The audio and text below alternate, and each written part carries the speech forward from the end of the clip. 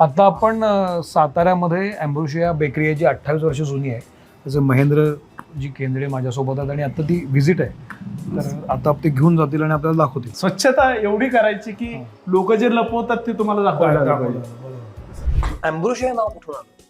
म्हणजे 97-96 या काळामध्ये अँब्रोशिया नाव कोण ठेवतंय? मला आठवतंय मी ज्यांच्याकडे शिकायला जायचो तेही माझ्या पुढे कधी मिक्सिंग करायचे नाही. तुम्ही बघितलेलं युनिट हे ऑलमोस्ट 30 पट मोठं आहे माझ्या पहिल्या युनिटच्या. म्हणजे लोकांना अज्ञान आहे, लोक काही खातील तुम्ही दिलं तर, पण ते एक प्रिन्सिपल गोष्ट आहे की वा, आपण करू ते चांगलं करावं. असं अँब्रोशियाचं नाव का टिकून आहे काय वाटतं तुम्हाला? माझी ताकद नव्हती.